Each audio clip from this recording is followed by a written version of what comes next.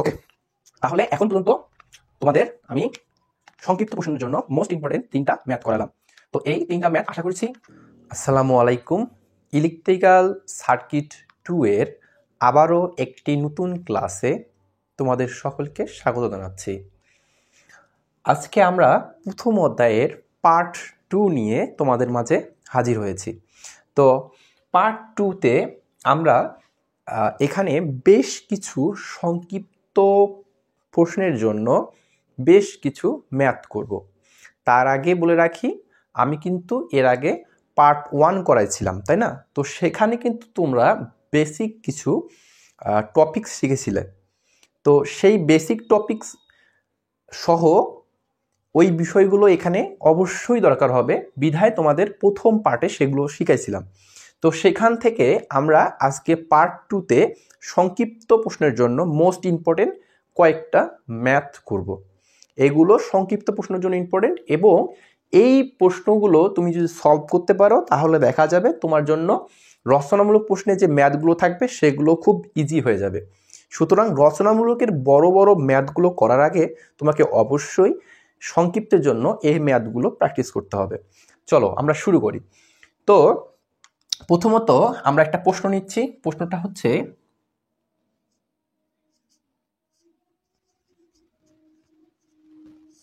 একটি প্যারালাল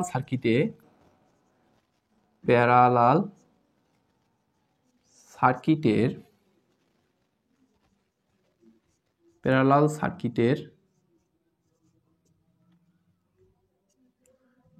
দুইটি শাখার কারেন্ট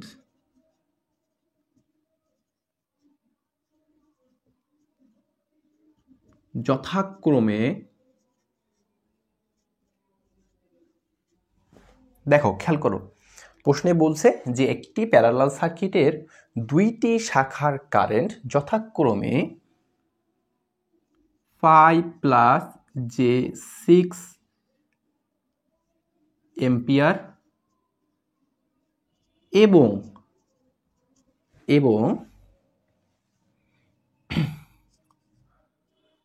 550 ধরলাম। হ্যাঁ, আমি কিন্তু মানগুলো ধরে নিচ্ছি, ঠিক আছে? বইয়ে তোমাদের মানগুলো ধরে নেওয়ার কারণ হচ্ছে তুমি এই প্রশ্নটা বই থেকে হুবহু পরীক্ষায় নাও পেতে পারো। মানে প্রশ্নের নিয়ম ঠিক থাকবে, মানগুলো কিন্তু চেঞ্জ হতে পারে। আমরা যেহেতু ম্যাথ করতেছি, ম্যাথ আমরা যে কোনো মান ধরে করতে পারি। যদি আমরা নিয়ম জানি বা নিয়ম যদি আমাদের ঠিক থাকে, তাহলে আমরা যে কোনো মান ধরে করলে আমাদের অ্যান্সার আসবে, ঠিক আছে? তো দেখো, তো একটি প্যারালাল সার্কিটের দুটি শাখার কারেন্ট যথাক্রমে 5+j6 এম্পিয়ার এবং দেখো 50 ধরলাম, 50 অ্যাঙ্গেল 60 ডিগ্রি, ঠিক আছে? 50 অ্যাঙ্গেল 60 ডিগ্রি হলে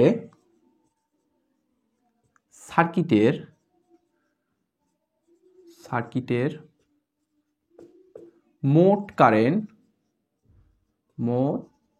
কারেন্ট এই জায়গায় দেখো মোট কারেন্ট কত। এই জায়গায় সার্কিটের মোট কারেন্ট কত না বলে এটাও বলতে পারে যে সার্কিটের লাইন কারেন্ট কত। তো আমি এখানে লিখে দিচ্ছি যে হলে সার্কিটের মোট কারেন্ট অথবা লাইন কারেন্ট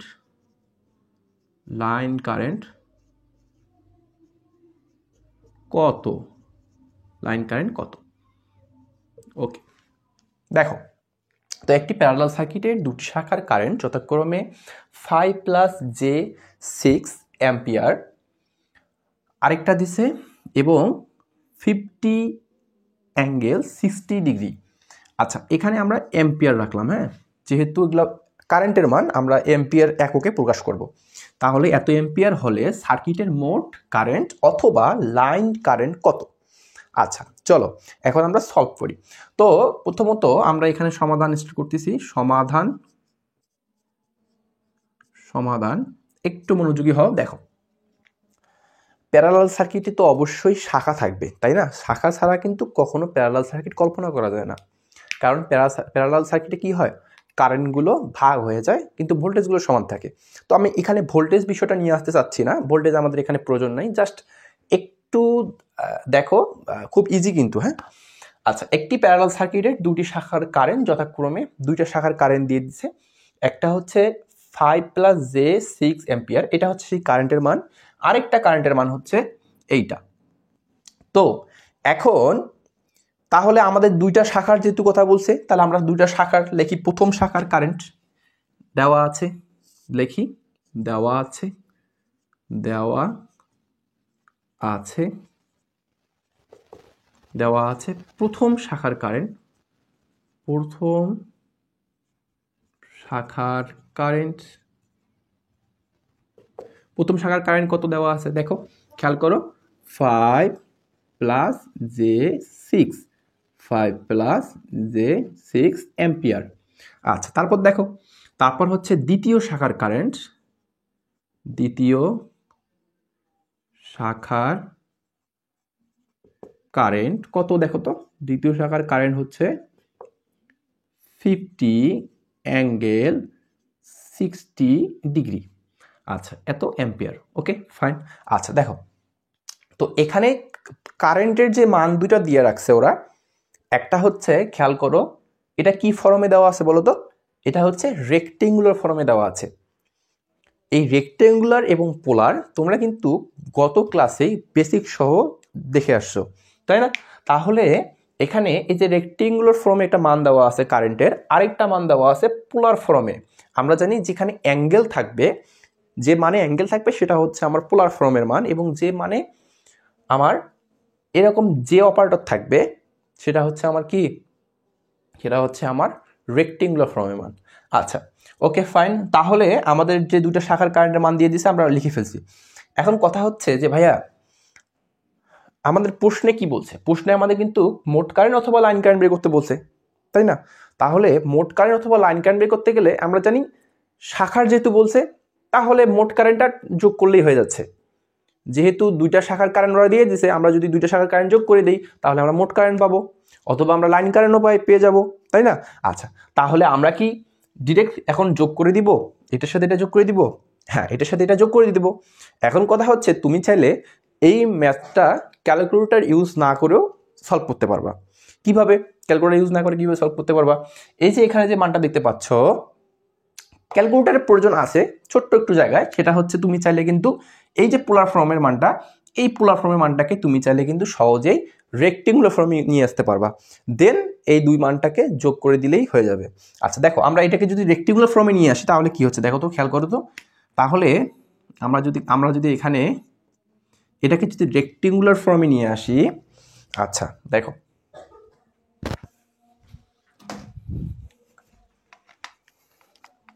আমরা যদি এই মানটাকে রেক্টেঙ্গুলার ফর্মে প্রকাশ করি তাহলে কি হচ্ছে খেয়াল করো, 50∠60। আচ্ছা, মান আসতেছে 25 প্লাস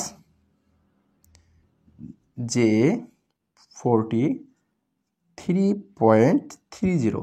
ওকে আচ্ছা দেখো, তো এইটা আমি কিভাবে করলাম, পোলার থেকে রেক্টেঙ্গুলার ফর্মে কিভাবে প্রকাশ করলাম এটা তুমি ক্যালকুলেটরের সাহায্যে দেখে নিবা, ঠিক আছে? আচ্ছা, তাহলে এখন দেখো, এখন হচ্ছে এটার একক তো অবশ্যই অ্যাম্পিয়ার, তাই না? তাহলে এই যে এই ফর্মটা দেখো, এইটাও কিন্তু আমার কি ফর্ম, রেক্টেঙ্গুলার ফর্ম, এইটাও হচ্ছে আমার একটা রেক্টেঙ্গুলার ফর্ম, তাই না? এখন কথা হচ্ছে আমরা কিন্তু রেক্টেঙ্গুলার ফর্মে সহজেই যোগ করতে পারবো, বাট পোলার ফর্মে কিন্তু সহজেই যোগ করা যায় না, স্বাভাবিক নিয়মে যোগ হয় না।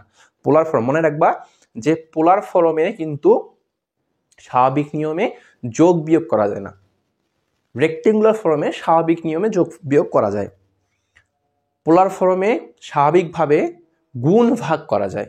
এতটুকু ট্রিক্স মাথায় রাখতে হবে। আচ্ছা, তাহলে আমরা কিন্তু কি করছি, প্রথম শাখার কারেন্ট রেক্টেঙ্গুলার ফর্মে ছিল, রেক্টেঙ্গুলার ফর্মেই রেখে দিছি। দ্বিতীয় শাখার কারেন্ট পোলার ফর্মে ছিল, সেটাকে আমরা রেক্টেঙ্গুলার ফর্মে নিয়ে আসছি। এখন তাহলে অতএব আমরা লিখতে পারি, অতএব মোট কারেন্ট অথবা কি কারেন্ট, লাইন কারেন্ট, তো যে কোনো একটা লিখতে পারবা তোমরা।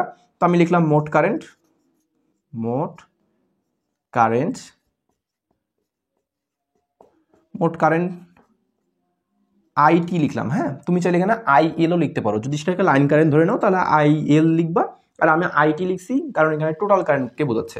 ওকে, তাহলে দেখো এবার এই যে প্রথমের কারেন্টটা কি 5 + j6, তাই না? এটা প্রথম শাখার কারেন্ট, প্লাস যেহেতু আমরা যোগ করবো প্লাস করে দিলাম, তারপর দেখো কি আছে 25 + j43.30। ওকে, আচ্ছা, অ্যাম্পিয়ার। খেয়াল করো, এবার দেখো, এবার হচ্ছে 5 এখানে আছে, এখানে 25 আছে। খেয়াল করো, এখানে j6 আছে, এখানে j43.30 আছে। মানে যে অপারেটরের সাথে যেগুলো আছে সেগুলোকে আলাদা করো, এবং যে অপারেটর ছাড়াও সামনে যেটা করে আছে, এই যে এখানে 5 আছে, এখানে যেমন 25 আছে, এই দুইটাকে আলাদা করো। তাহলে এই যে 5 আর 25 যোগ করে দাও স্বাভাবিক নিয়মে, তাহলে কত আসতেছে? 5 আর 25 যোগ করলে হচ্ছে 30। তাহলে এই যে আমরা 30 লিখলাম। ওকে, 30 লিখলাম। আচ্ছা, দেখো তারপর যে অপারেটরের সাথে কি আছে 6 আছে, এখানে কি আছে 43 আছে, তাহলে এটাও স্বাভাবিক নিয়মে যোগ করে দাও। দেখো কি আসতেছে, স্বাভাবিক নিয়মে যদি যোগ করে দেই তাহলে আমার 6 আর 43 এখানে যোগ করলে হচ্ছে আমার 49.30, তাই না? আর অবশ্যই যেটাকে এখানে রাখতে হবে, যেটাকে এখানে রাখতে হবে, ঠিক আছে? দেখো খেয়াল করো, তাহলে এইটাই হচ্ছে আমাদের সেই কাঙ্ক্ষিত অ্যান্সার। এককটা কি হবে? অ্যাম্পিয়ার, তাই না? এককটা কি হবে? অ্যাম্পিয়ার হবে। এককটা তো অবশ্যই অ্যাম্পিয়ারে প্রকাশ হবে। তো এটাই হচ্ছে আমাদের অ্যান্সার। এখন প্রশ্ন হচ্ছে যে ভাইয়া, আমি যে শেষে মানটাকে রেক্টেঙ্গুলার ফর্মে রাখলাম, কারেন্টের মানটাকে, এটা কি অ্যান্সার লিখলে কোনো ভুল হবে, বা এটাকে আমি কি পোলারে রূপান্তর করব? তুমি যদি চাও এটাকে পোলারে রূপান্তর করতে পারো, সেটাও অ্যান্সার। আর রেক্টেঙ্গুলার ফর্মে থাকলেও কোনো সমস্যা নেই, এটাও অ্যান্সার। ওকে, এখানে তোমার 1 মার্কও কাটা যাবে না, এটা একদম সম্পূর্ণভাবে অ্যান্সার কিন্তু। হ্যাঁ, ওকে, আচ্ছা, তাহলে আমরা মোট কারেন্ট পেয়ে গেলাম। তাহলে আমাদের প্রথম যে প্রশ্নটা এটা আমাদের সলভ হয়ে গেল, তাই না? আচ্ছা, তাহলে এভাবেই আমরা এই রকমের যত ম্যাথ আসুক আমরা ইনশাল্লাহ পারবো, আশা করছি। ওকে, চলো এবার আমরা আচ্ছা, আরেকটা বিষয় জানাই রাখি এই ম্যাথের মধ্যে। এখন তোমার মাথায় প্রশ্ন আসতে পারে যে ভাইয়া, এই যে প্রথম শাখার কারেন্টটা এটা রেক্টেঙ্গুলার ফর্মে ছিল, এটাকে আমি কোনো চেঞ্জ করিনি, মানে পোলার ফর্মে আমি নেইনি। পরেরটা যেটা ছিল সেটাকে আমি পোলার রেক্টেঙ্গুলারে নিয়ে আসছি, পোলার থেকে রেক্টেঙ্গুলারে নিয়ে আসছি। প্রথমটা কেন আমি পোলারে নিলাম না? প্রথমটা কিন্তু আমি চাইলে পোলারে নিতে পারতাম।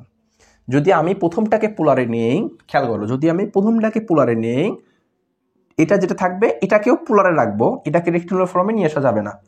প্রথমে যেটা থাকবে সেটাকেও পোলারে রাখলাম, তারপরে এটাকেও পোলারে রাখলাম, তারপর আবার এই দুটাকে যোগ করে দিলাম, কিন্তু সেটা স্বাভাবিক নিয়মে যোগ করা যাবে না, সেখানে তোমাকে ক্যালকুলেটর ইউজ করতে হবে, ক্যালকুলেটরের সাহায্যে করতে হবে। তাহলে দেখাই দিই একটু, সেটাও দেখাই দিই। দেখো খেয়াল করো, প্রথমের যে মানটা আছে এই মানটাকে তাহলে এবার আমরা পোলারে নিয়ে আসি, পোলারে নিয়ে আসি। দেখো এই মানটাকে যদি আমরা এবার পোলারে নিয়ে আসি তাহলে কি হবে? 5 + j6, তাই না? পোলারে নিয়ে আসলে এখানে 7 পয়েন্ট, মার্কারগুলো লিখতেছে না কেন জানি না। আচ্ছা, আমি মার্কারটা একটু চেঞ্জ করে নিই। দেখো 5 + j6 এর মান কত আসলো? 7.81, তাই না? 7.81। তারপর দেখো, তারপর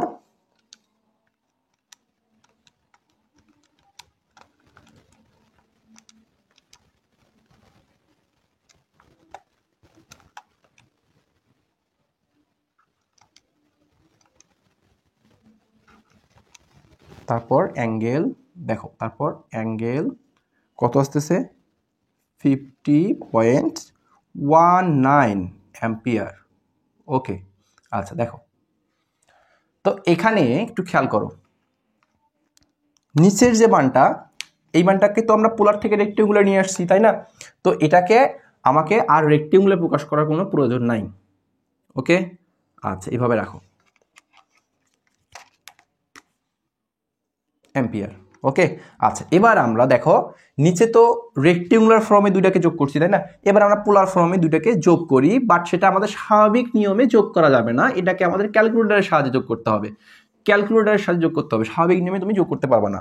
ঠিক আছে, স্বাভাবিক নিয়মে তুমি যোগ করো তাহলে ভুল হয়ে যাবে। ঠিক আছে, তাহলে দেখো, তাহলে 7.81 অ্যাঙ্গেল 50.19 প্লাস 50 অ্যাঙ্গেল 60 ডিগ্রি, এইটাকে তোমাকে এবার কিসের সাহায্যে সলভ করতে হবে? ক্যালকুলেটরের সাহায্যে সলভ করতে হবে। তুমি এই যে 7.81 সাথে এই 50 তুমি যোগ করতে পারবে না, আবার এই 50.19 এর সাথে এই 60 এভাবে যোগ করা যাবে না, মানে তুমি এটা ক্যালকুলেটরের সাহায্যে করবা। কিভাবে করবা? ক্যালকুলেটরের সাহায্যে তুমি চাইলে আমার ইউটিউবের এই প্লে লিস্টে আমার দেখবা, প্লে লিস্টে কীভাবে পোলার ফর্ম থেকে রেক্টেঙ্গুলার ফর্ম এবং রেক্টেঙ্গুলার ফর্ম থেকে পোলার ফর্মে রূপান্তর করা যায় সেখানে ভিডিও দেখলেই বুঝতে পারবা, অথবা তুমি ইউটিউবে গিয়ে সার্চ করতে পারো যে how to solve polar to rectangular form বা রেক্টেঙ্গুলার টু পোলার ফর্ম। ঠিক আছে, আর অবশ্যই সেটা ক্যালকুলেটরের সাহায্যে, তুমি তোমার ক্যালকুলেটরের মডেল লিখে সার্চ করবা, চলে আসবে। আচ্ছা দেখো, তারপর আমরা যদি এটাকে যোগ করে দেই তাহলে দেখো 7.81 অ্যাঙ্গেল 50.19 প্লাস 50 অ্যাঙ্গেল 60 ডিগ্রি। ঠিক আছে, আচ্ছা অনেকে আবার ভাবতে পারো যে ভাইয়া এখানে আপনি ডিগ্রি তো লেখেননি, ডিগ্রি কি দিব নাকি দিব না, তোমার ইচ্ছা, তবে ডিগ্রিটা দেওয়া উত্তম। ঠিক আছে, তুমি চাইলে ডিগ্রি দিতে পারো অথবা না দিলেও কোনো সমস্যা নাই, ডিগ্রি দিতে পারো অথবা না দিলেও কোনো সমস্যা নাই। অ্যাঙ্গেলের ভেতরে যেটা থাকবে সেটাই হচ্ছে ডিগ্রি, মানে সেটাই হচ্ছে একটা ডিগ্রির মান বা কোণের মান। ঠিক আছে, ওকে। আচ্ছা তাহলে আমাদের এখানে রেক্টেঙ্গুলার ফর্মের মান আসতেছে দেখো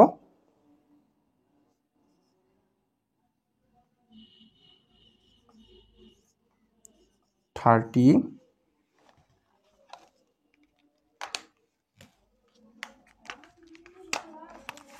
দেখো খেয়াল করো 30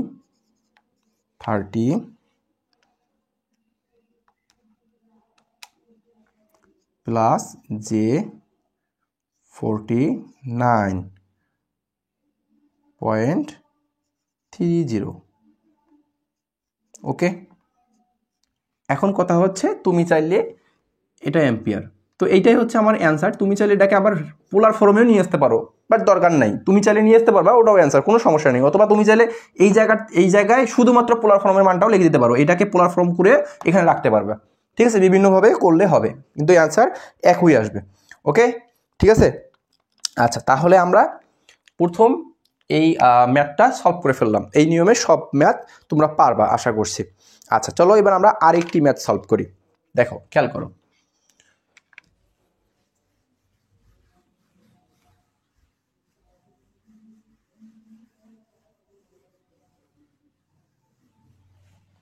দেখো খেয়াল করো, এবার আমরা আরেকটি ম্যাথ সলভ করব। প্রশ্নটা এখানে লিখতেছি আমি। প্রশ্ন হচ্ছে, দেখো প্রশ্ন হচ্ছে যে একটি প্যারালাল সার্কিটের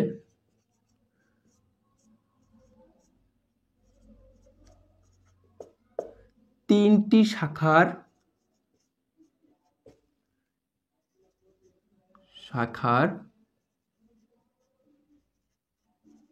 একটি প্যারালাল সার্কিটের তিনটি শাখার, খেয়াল করো, তিনটি শাখার লোড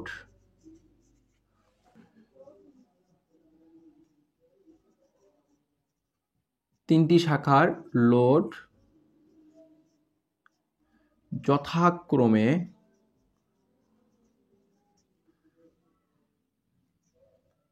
5-j6 ওহম, তারপর হচ্ছে 6-j9 ওহম,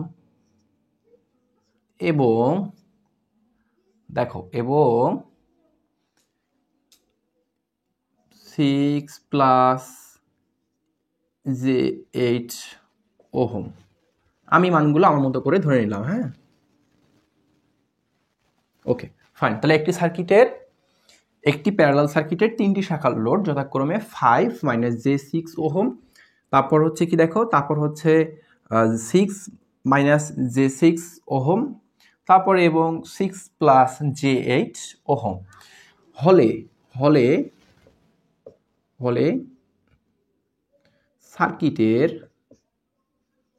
সার্কিটের খেয়াল করো, হলে সার্কিটের কি হবে, সার্কিটের টোটাল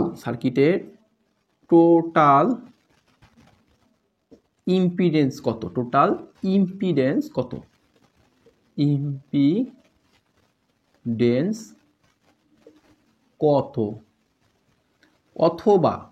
অথবা সমতুল্য ইম্পিডেন্স কত, সমতুল্য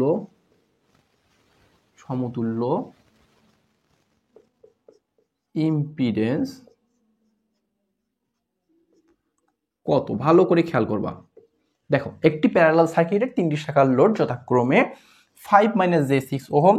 আচ্ছা, প্রত্যেকটা কি ওহমে প্রকাশ করা আছে না, প্রত্যেকটা এককটা কি ওহমে আছে, তাই না? এবং হলে সার্কিটের টোটাল ইম্পিডেন্স কত বা সমতুল্য ইম্পিডেন্স কত। দেখো, আমার কিন্তু এখানে প্রত্যেকটা রেক্ট্যাঙ্গুলার ফর্মে আছে, তাই না? এবং সেগুলোর একক কিসে আছে, ওহমে আছে, তাই তো? আচ্ছা, একটা তোমাকে উদাহরণ দেই। আমরা জানি যে ইম্পিডেন্সের মান জেড ইকুয়াল টু, আমরা লিখতে পারি যে জেড ইকুয়াল টু ইম্পিডেন্সের মান আর প্লাস জে এক্স। এভাবে আমি গত ক্লাসে তোমাদের আমি দেখাইছিলাম প্রথম পার্টে যে একটা ইম্পিডেন্সের সূত্র হবে আর প্লাস জে এক্স, তাই না? আচ্ছা, তাহলে এখানে আরটা কি, আরটা হচ্ছে আমার রেজিস্ট্যান্স, এক্সটা হচ্ছে আমার রিঅ্যাকটেন্স।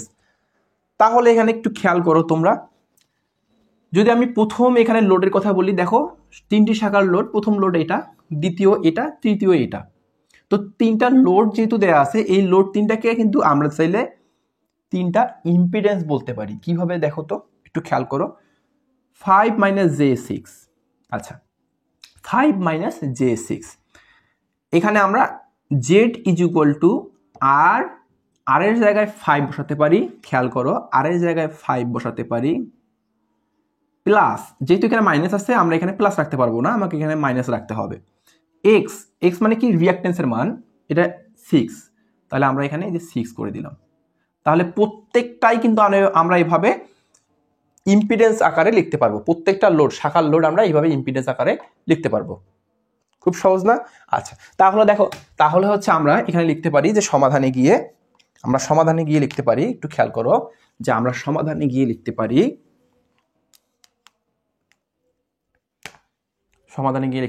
সমাধান দেওয়া আছে,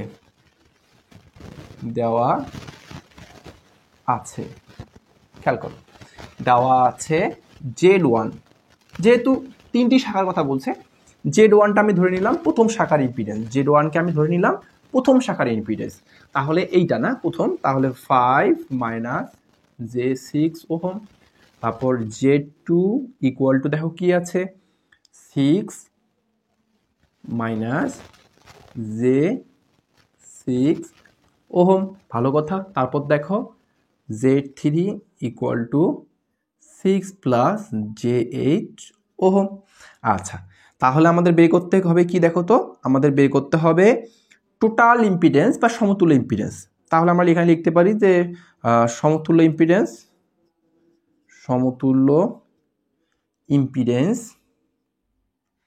একবারে আমরা লিখতে পারি যে অতএব সমতুল্য ইম্পিডেন্স, খেয়াল করো, অতএব সমতুল্য ইম্পিডেন্স জেড ই, বা ই দেওয়া হয় কারণ হচ্ছে ইকুইভ্যালেন্ট বলার মানে হিসাবে, ইকুইভ্যালেন্টের সংক্ষিপ্ত একটা ফর্ম হচ্ছে ই। যদি আমি জেড ই লিখি তাহলে সেটাকে বোঝাচ্ছে সমতুল্য ইম্পিডেন্স বা জেড ইকুইভ্যালেন্ট বা ইম্পিডেন্স ইকুইভ্যালেন্ট। ইকুইভ্যালেন্ট কথার অর্থই হচ্ছে সমতুল্য, ঠিক আছে? যদি আমি এখানে জেড টি দিতাম তাহলে মোট ইম্পিডেন্স। ওকে, আচ্ছা, তাহলে জেড ই ইকুয়াল টু আমরা লিখতে পারি, দেখো খেয়াল করো, যেহেতু 3টি শাখার লোড আচ্ছা সাপোজ তুমি একটু চিন্তা করো, আমরা যখন বেসিক ইলেকট্রিসিটিতে করছিলাম এরকমটা, আমি সার্কিট দেখাই, সার্কিট দেখলে আরো সহজ হয়ে যাবে। তুমি চাইলে পরীক্ষায় কিন্তু সার্কিটেও দেখাইতে পারো, সার্কিটটা আঁকলে টিচারের বুঝতে সুবিধা হবে। তাহলে দেখো আমরা যদি সার্কিট তোমাকে এঁকে দেখাই তাহলে খেয়াল করো একটু, যেহেতু প্যারালাল সার্কিটের কথা বলছে তাহলে এই জায়গায় একটা আমরা লোড দিলাম, হ্যাঁ লোড দিলাম, তারপর এই যে শাখা, একটা শাখার পর আরেকটা শাখা বের হইলো, দেখো এই যে একটা শাখা, তো এখানেও একটা লোড, ওকে। আবার দেখো আরেকটা শাখা, তিনটা শাখার কথা বলছিল না ওখানে, তিনটা শাখার কথা বলছিল বিধায় আমরা তিনটা শাখা নিয়ে নিলাম। তো প্রথমটা ধরলাম হচ্ছে Z1, তারপরটা Z2, তারপরটা Z3। তো এই যে তিনটা শাখা, এই তিনটা শাখার আমাকে কি করতে হবে, সমতুল্য ইম্পিডেন্স বের করতে হবে। সাপোজ তুমি ধরে নাও যে এই তিনটা হচ্ছে আমার সমতুল্য, আমার এখান থেকে সমতুল্য রেজিস্ট্যান্স বের করতে হবে। ধরো এখানে একটা রেজিস্ট্যান্স, এটা একটা রেজিস্ট্যান্স, এটা একটা রেজিস্ট্যান্স। তো আমরা কি করতাম, আমরা হচ্ছে দেখতাম যে সার্কিটের মধ্যে এটা সম্পূর্ণ অবস্থা প্যারালালে সংযুক্ত আছে বিধায় আমরা প্যারালালে কানেক্টেডের যে সূত্র, সেই কানেক্টেডের সূত্র আমরা অ্যাপ্লাই করলে আমরা কিন্তু সলভ করে ফেলতে পারি, তাই না? আচ্ছা, তাহলে প্যারালালে কানেক্টেডের সূত্র যেটা, সেটা আমরা দেখতাম কীরকম বলো তো, এরকমটা না যে 1/RE, আমি রেজিস্ট্যান্স দ্বারা বোঝাচ্ছি, 1/RE equal to 1/R1 plus 1/R2 plus 1/R3, এরকম সূত্র অ্যাপ্লাই করতাম, তাই না? আচ্ছা, তাহলে দেখো একটু খেয়াল করে দেখো, এই যে সূত্রটা, এই সূত্রটাকে কিন্তু আমরা একটু মডিফাই করতে পারি। কীরকমভাবে মডিফাই করতে পারি দেখো, এই সূত্রটাকে কিন্তু আমরা চাইলে, যদি আমি ক্যালকুলেটর হিসেব করতে চাই ক্যালকুলেটরে, সেক্ষেত্রে আমরা দেখো RE, ডিরেক্ট REটা তুমি এভাবে লেখো, লেখার পর এই যে R1 inverse plus R2 inverse plus R3 inverse করে দাও, ঠিক আছে? ইনভার্স হয়ে গেল, তারপর সম্পূর্ণটাকে আবার ইনভার্স করে দাও। আচ্ছা, তাহলে দেখো খুব সহজে কিন্তু আমরা ক্যালকুলেটরের সাহায্যে ঠিক এভাবে আমরা সূত্রটাকে ভেঙে নিতে পারি, ক্যালকুলেটরে হিসাব করার জন্য আমরা সূত্রটাকে ঠিকভাবে ভেঙে নিতে পারি। তো এখন কথা হচ্ছে, যেখানে যেখানে রেজিস্ট্যান্স আছে, এখন কল্পনা করো সেখানে সেখানে আমার কি থাকবে, ইম্পিডেন্স থাকবে, ওকে। তাহলে এখানে যেখানে যেখানে তুমি রেজিস্ট্যান্স দেখতে পাচ্ছ, তাহলে সেখানে সেখানে আমরা ইম্পিডেন্সের মানগুলো বসাই দিব, ঠিক আছে? আচ্ছা, তাহলে আমরা এখানে লিখতে পারি, যেহেতু আমার এখানে স্পেস বড় লাগবে, আচ্ছা আশা করছি হয়ে যাবে। দেখো একটু খেয়াল করো,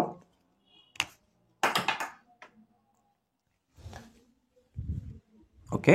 আচ্ছা, তাহলে আমরা ঠিক ওইভাবে সূত্র মোতাবেক আমরা এখানে বসাই দিচ্ছি। দেখো তাহলে Z1 inverse plus Z2 inverse plus Z3 inverse, তাহলে পুরোটার উপর আবার কি হবে, ইনভার্স হবে। আচ্ছা, তাহলে এবার মানগুলো বসাই, চলো দেখো।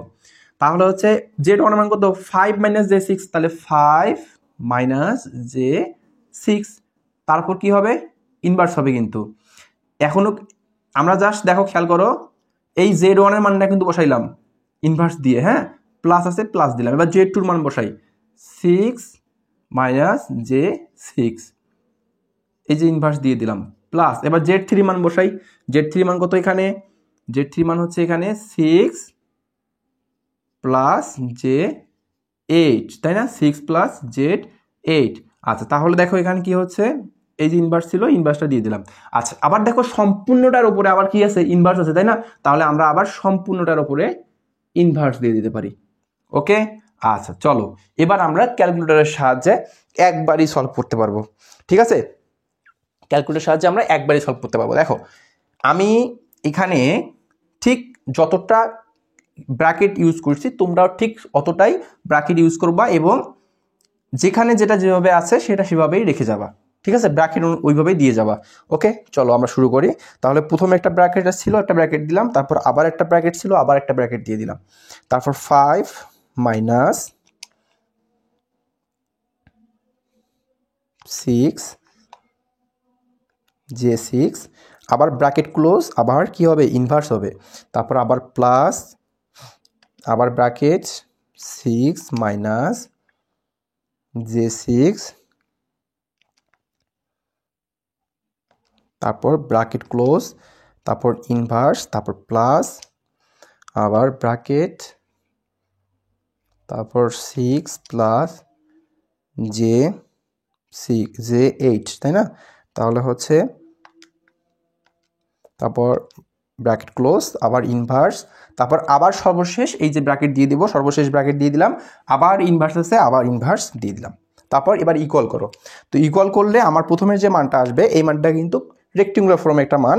তো আমি রেক্টেঙ্গুলার ফর্মের মানটা আমি লিখে দিচ্ছি এখানে, দেখো যে 3.68 প্লাস জে,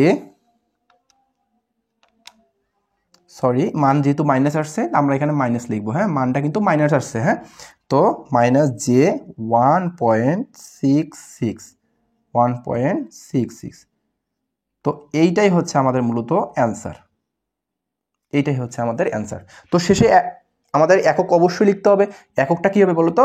এককটা হবে আমাদের এখানে কি হবে, যেহেতু আমাদের এটা কি সমতুল্য ইম্পিডেন্স, মানে ইম্পিডেন্স থাকলেই তো আমরা জানি কি সেখানে ওহম আসবে, তো আমরা এখানে ওহম দিয়ে দিচ্ছি, আর এটা হচ্ছে আমাদের অ্যান্সার। ওকে, ঠিক আছে।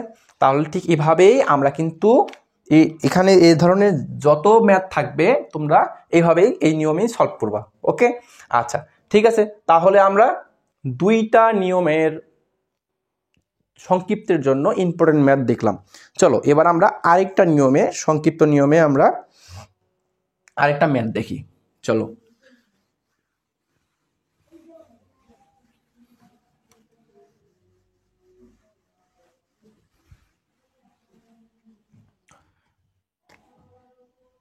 আচ্ছা, তাহলে আমরা প্রশ্নটা লিখি। হ্যাঁ দেখো, খেয়াল করো, প্রশ্নটা হচ্ছে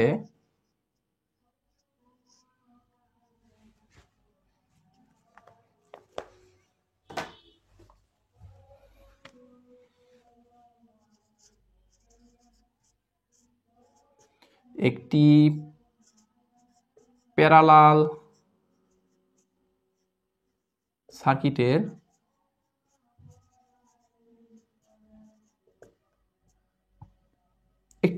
সার্কিটের দুটি শাখার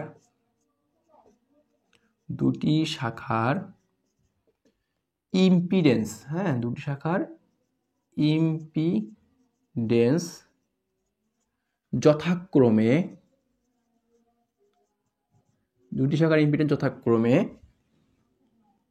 30 প্লাস J50 ওহম এবং 20 মাইনাস J30 ওহম হলে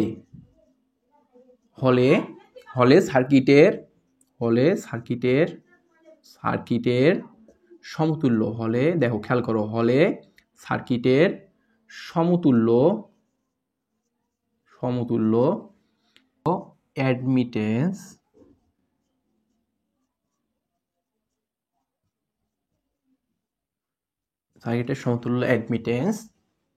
এবং সমতুল্য কন্ডাক্টেন্স, হ্যাঁ কন্ডাক্টেন্স কত? ওকে, আচ্ছা দেখো, একটি প্যারালাল সার্কিটের দুটি শাখার ইম্পিডেন্স যথাক্রমে 630 প্লাস J50 ওহম এবং 20 মাইনাস J30 ওহম হলে সার্কিটের সমতুল্য অ্যাডমিটেন্স এবং সমতুল্য কন্ডাক্টেন্স কত, তাই না? আচ্ছা একটু খেয়াল করো যে আমরা অ্যাডমিটেন্সের সূত্র কি জানি এবং কন্ডাক্টেন্সের সূত্র কি জানি। আচ্ছা আমরা জানি অ্যাডমিটেন্সের সূত্র হচ্ছে y is equal to G plus J B. এখানে হচ্ছে ভাইয়া y এর মানটা হচ্ছে আমার অ্যাডমিটেন্সের মান, জি এর মানটা হচ্ছে আমার কন্ডাক্টেন্সের মান এবং বি এর মানটা হচ্ছে সাসেপ্টেন্সের মান। গত ক্লাসে তোমরা কিন্তু দেখে আসছো পার্ট 1-এ। তাহলে একটু খেয়াল করো যে এখানে আরেকটা বিষয় আমরা জানি যে y is equal two 1/z, কেননা আমি বলেছিলাম যে অ্যাডমিটেন্স ইম্পিডেন্সের উল্টানুপাতিক বা ব্যস্তানুপাতিক। তাহলে কি হবে y is equal two 1/z হবে, তাই না? এবং y এর দেখো দুইটা সূত্র পাচ্ছি কিন্তু, একটা হচ্ছে আমরা y is equal two g plus jb, আরেকটা পাচ্ছি y is equal two 1/z, তাই না? আচ্ছা, এখন একটু খেয়াল করো যে আমার এই সার্কিটের মধ্যে কিন্তু ইম্পিডেন্সের মান দেয়া আছে দুইটা শাখার, এবং সেই দুইটা শাখার আমি যদি ইম্পিডেন্সের মান বের করতে পারি, মানে সমতুল্য ইম্পিডেন্সের মানটা বের করতে পারি, তাহলে আমি কিন্তু খুব ইজিলি সমতুল্য অ্যাডমিটেন্সেরও মানটা বের করতে পারবো।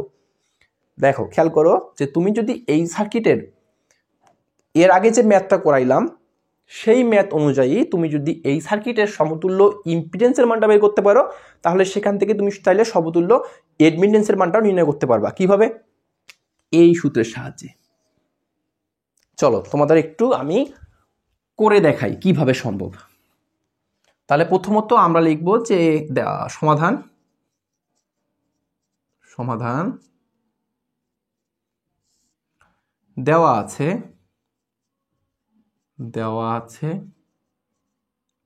কি দেওয়া আছে দেখো, আমরা লিখতেছি Z1 equal to 30 plus J50 ohm, তারপর লিখলাম Z2, যেহেতু দুটো শাখা, একটাকে Z1 ধরলাম আর একটা Z2, ঠিক আছে?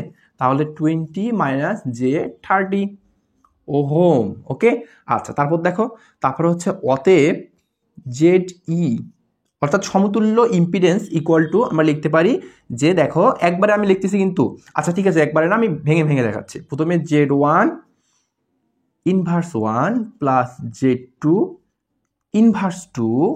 ইনভার্স 1, আবার পুরোটার উপর কি হবে ইনভার্স হবে। তাহলে এবার দেখো Z1 মান কত, Z1 এর মান হচ্ছে 30 প্লাস J50, তারপর ইনভার্স ছিল ইনভার্স দিয়ে দিলাম, প্লাস Z2 এর মান কত 20 মাইনাস J30, তারপর ইনভার্স ছিল এই যে ইনভার্স দিয়ে দিলাম, তারপর পুরোটার উপর ইনভার্স আছে, এই যে পুরোটার উপর আমরা ইনভার্স দিয়ে দিলাম। ওকে, আচ্ছা দেখো, তারপর এখন আমরা ক্যালকুলেটরের সাহায্যে খুব সহজেই আগে অ্যান্সারটা বের করে নিব। তাহলে আমরা ক্যালকুলেটরের সাহায্যে অ্যান্সারটা বের করি। দেখো 30, প্রথমত যেভাবে দেওয়া আছে ব্র্যাকেটগুলো এইভাবে রাখতে হবে কিন্তু, বারবার বলছি 30 প্লাস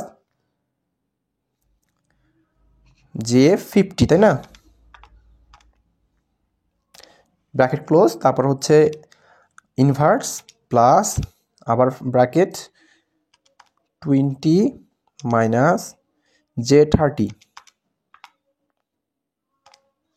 আবার ব্র্যাকেট ক্লোজ, তারপর ইনভার্স, তারপর হচ্ছে আবার কি হবে ব্র্যাকেট ক্লোজ, সর্বশেষ ব্র্যাকেট ক্লোজ, আবার ইনভার্স। ওকে, তাহলে আমার প্রথমত মান আসতেছে কি, দেখো প্রথমের মান আসতেছে 36.89, ঠিক আছে?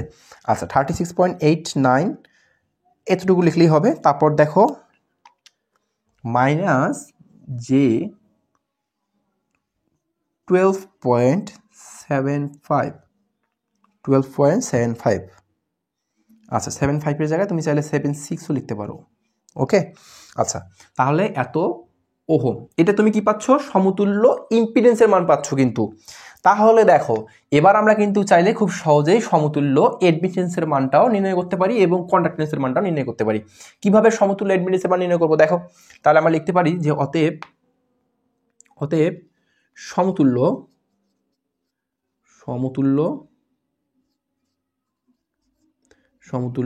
কন্ডাক্টেন্স, আগে অ্যাডমিটেন্সের মানটা বের করি তারপর কন্ডাক্টেন্স। হ্যাঁ, আচ্ছা সমতুল্য অ্যাডমিটেন্স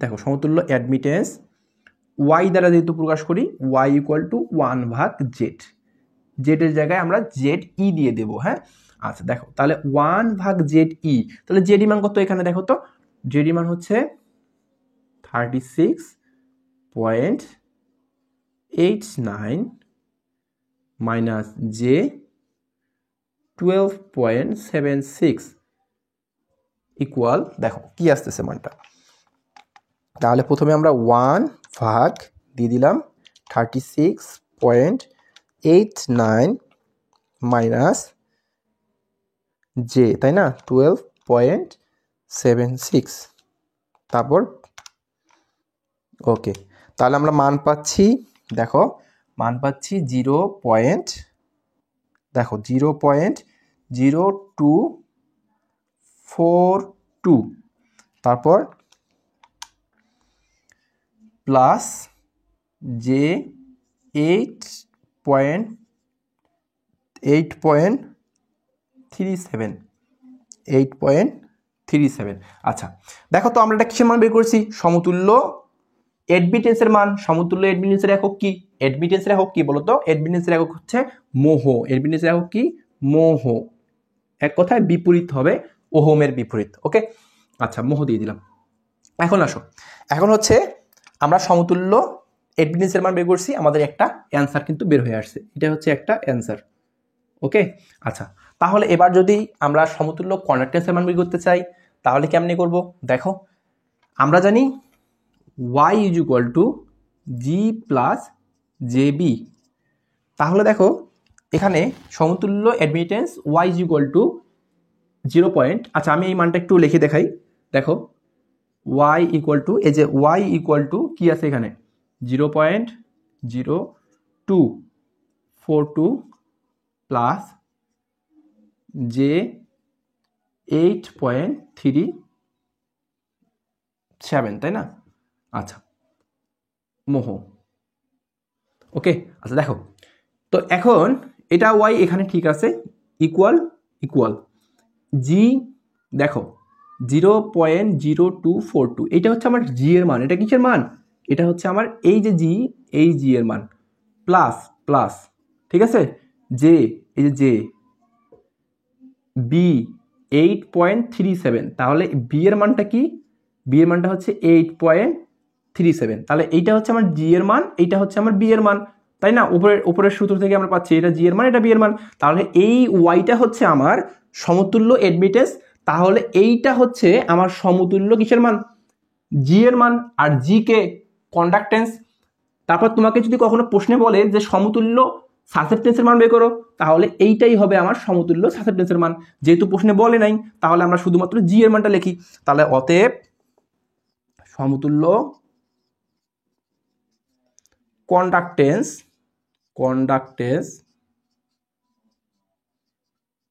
সমতুল্য conductance G is equal two কত লিখতে পারি দেখো তো?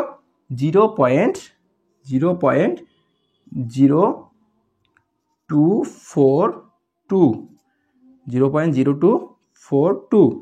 ওকে, এত কি? এটার একক কি হবে?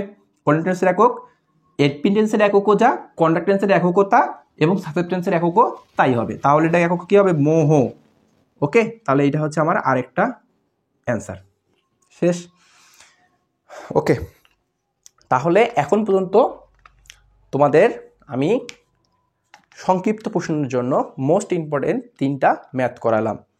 তো এই 3টা ম্যাথ আশা করছি একটু হলেও বুঝতে পারছো। তো আজকে এতটুকুই থাকবে। আগামী পার্ট 3তে ইনশাল্লাহ এই চ্যাপ্টার নিয়ে সম্পূর্ণভাবে রচনামূলকে আসার মতো বেশ কয়েকটা ম্যাথ নিয়ে আমি আলোচনা করব, দেন আমরা এই চ্যাপ্টারটা ক্লোজ করে দিব। ঠিক আছে, সবাই ভালো থেকো, সুস্থ থেকো, দেখা হচ্ছে আগামী পার্টে। আল্লাহ হাফেজ।